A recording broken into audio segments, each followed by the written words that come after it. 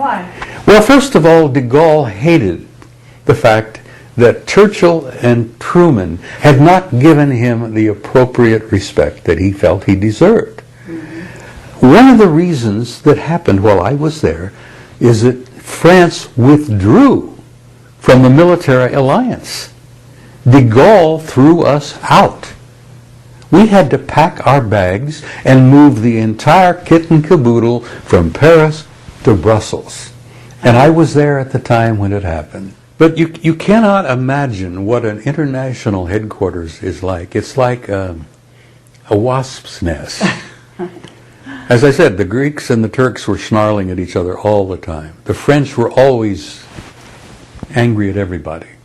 Okay, so what are you saying? 15 copies? 15 copies were initiated. Copy went to the U.S., copy went to Italy, copy went to France, copy went to UK, and so on.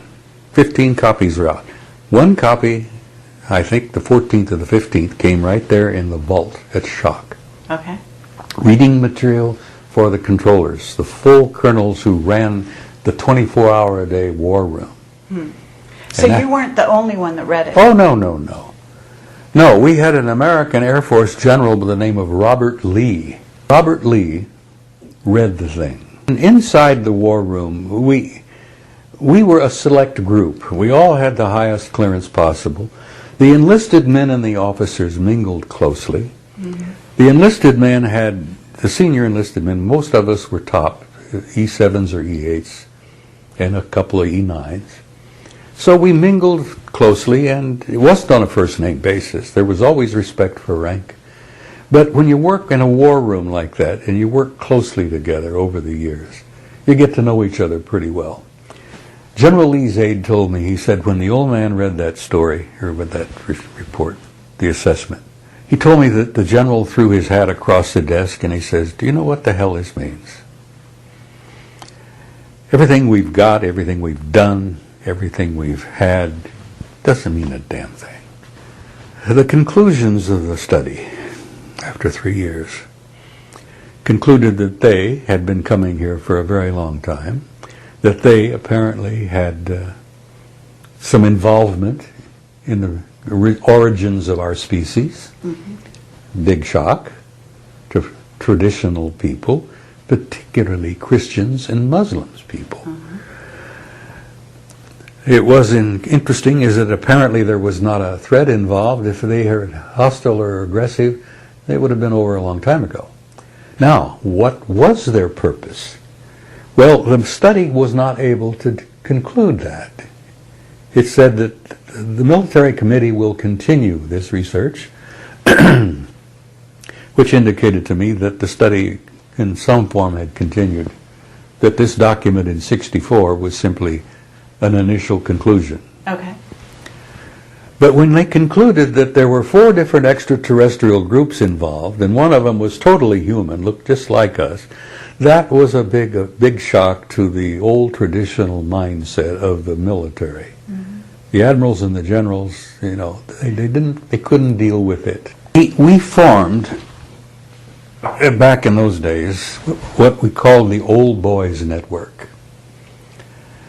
And this network was made up of people like myself, enlisted and commissioned, of all services, Air Force, Marines, Army, Navy, as I said, all ranks. There were others like me who were so engrossed by this and excited by it and what it meant. You hear a few of them coming out even today, those that are still alive, saying what I saw, what I learned, what I concluded, the reports I studied, the contacts that I knew happened. Some of them had contacts themselves. Sure. Personal contacts with some of these guys. Okay, so Phil Corso was an example. You familiar with who he was? absolutely. I knew Phil fairly well. He and I were speakers at several conferences together. And in Italy, I got to know him pretty well. Phil shared with me things that he had happen to him. Not just what he had seen, but he had personal contact with an alien at White Sands. He was in charge of the security of the range one time. And something came in, the radar picked it up. He hopped in his car, went out to see what the hell it was. There is a UFO sitting on the ground. There's a guy standing beside it. And Corso walks over to him and says, you know, what the hell are you, who are you, and where are you from, and why are you here? And this fellow says, I just came to talk. And Corso asked him, he says, well, are you with us or are you against us? Simple military type question, you know, are you with me or are you against me? Mm-hmm. And the guy says, neither. We're neither for you or are we against you. And he had a conversation with this guy that lasted over an hour. And the guy says, please turn off your radar. It disturbs my control or my guidance system, so I can leave. Corso went back to the shop, or back to the headquarters, turned off the radar, and away he went. So I came out in '91 at a conference in Tucson, Arizona. All right. The result was of monumental aggravation and frustration that the government had continued over all these years to lie to the people. Not only were they lying to the people, they were ruining lives to keep the lid on this subject. And I had enough of that. Okay. I had seen good friends of mine, guys who they had said something to the wrong person at the wrong way at the wrong time, and they sent them to Iceland. You know? They reassigned them? They assigned them to Iceland without their families. Ah. A 3-year assignment in Iceland. That's like the Russians sending you to Siberia. Okay. We have places on the earth where we have military bases, and if you send you there, everybody says, bye. We'll probably never hear from you again. You know. As I told you, I think I shared with Bill, I was intimidated. I had phone calls on people who wouldn't identify themselves. Male voices saying, don't you think you've talked about this just about enough? Why don't the hell time for you to shut up? Who's this? Never mind. Keep your damn mouth shut on this. Click. I had a number of those. I had a little house in Tucson in a cul-de-sac. I lived there. I bought it years ago. Bought it in 60-something.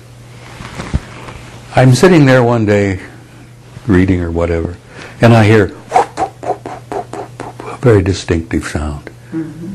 I knew a helicopter. I know the sound of a Huey because I'd been in Vietnam. Okay. And the Huey has a distinctive sound all of its own. Uh-huh. And I thought, you know, is it passing over? And it kept, and the damn thing was sitting over my house. Mm-hmm. So I go out the door into the driveway and I look up and there's this totally black Huey-type helicopter, not more than 100 feet above my house, violating FAA rules, totally violating the rules, but the damn thing was sitting up there and there was not a marking on it, not one mark on it. It was totally black, and that was a violation of FAA, you know. Now, these guys violate the law all the time. Mm-hmm. And I stood out there and I thought, who the hell are you? And I looked up and studied it, and there was this big, circular, glassy apparatus on the bottom of this thing. It was part of the aircraft. And I concluded later that it was probably one of those 360-degree windows. Mm-hmm. And there were probably guys sitting in there looking at me down through this glass. But it was black, totally black. The glass was black. The thing was sitting up there and just kind of like, you know, that